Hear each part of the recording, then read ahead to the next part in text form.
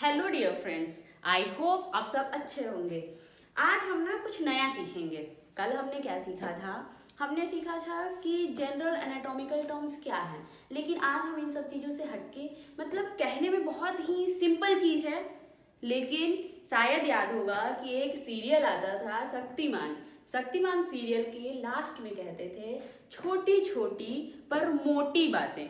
मोटी in the sense ये मोटी नहीं, मोटी मतलब इम्पॉर्टेंट चीज जो आप नेग्लिजिबल नहीं कर सकते। तो अगर आपसे पूछा जाए ठीक कि फिजिक्स को हिंदी में क्या कहते हैं, तो मोस्ट ऑफ स्टूडेंट बता देंगे। केमिस्ट्री को क्या कहते हैं वो आप बता देंगे। फिर बायो को क्या कहते हैं, ऐसे ही एसएसटी सोशल साइंसेस जो हैं वो आप बता देंगे। लेकिन जो हमारा खुद का जो सब्जेक्ट है फार्मास्यूटिकल साइंसेस, उसको क्या कहते हैं बताओ? फार्मास्यूटिकल साइंसेस, इसको हिंदी में क्या कहते हैं बताइए? और जानना क्यों जरूरी है? सबसे पहले हम क्या पढ़ रहे हैं उसको दूसरे लैंग्वेज में स्पेशली इन हिंदी क्या बोलते हैं ये तो पता होना चाहिए, लेकिन मोस्ट ऑफ स्टूडेंट को ये पता नहीं होता है।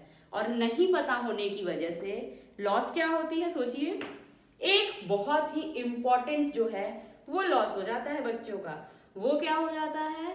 वो ये है कि जो मोस्ट ऑफ गवर्नमेंट की वैकेंसीज निकली होती हैं, उन वैकेंसीज में हमारा ही जो सब्जेक्ट है उसको हिंदी में लिखा होता है कि ये फार्मेसी स्टूडेंट्स के लिए है, लेकिन फार्मास्यूटिकल साइंसेस के स्टूडेंट्स को पता ही नहीं होता है कि वो जो है जो हिंदी वर्ड है वो उन्हीं के सब्जेक्ट का नाम है, जिसकी वजह से हमारे सामने हमारी वैकेंसीज होती हैं, हमारे सामने हमारे सब्जेक्ट की बात होती है और हमें पता ही नहीं होता है।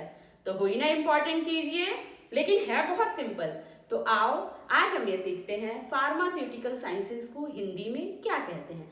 फार्मास्यूटिकल साइंसेस को हिंदी में बोलते हैं भेषज विज्ञान। भेषज विज्ञान। भेषज विज्ञान, बहुत जगह आपको भेषजी भी लिखा हुआ मिल सकता है, तो उसका मतलब और कुछ नहीं, ये है फार्मास्यूटिकल साइंसेस। अब ये तो हम जान गए कि फार्मास्यूटिकल साइंसेस को हम भेषज विज्ञान कहते हैं। इसमें पढ़ते क्या है? इसमें हम मेन जो सब्जेक्ट्स होते हैं वो पढ़ते हैं pharmaceutical chemistry, pharmacology, pharmaceutics and pharmacognosy. I hope आपको ये नॉलेज अच्छा लगा होगा। Thank you.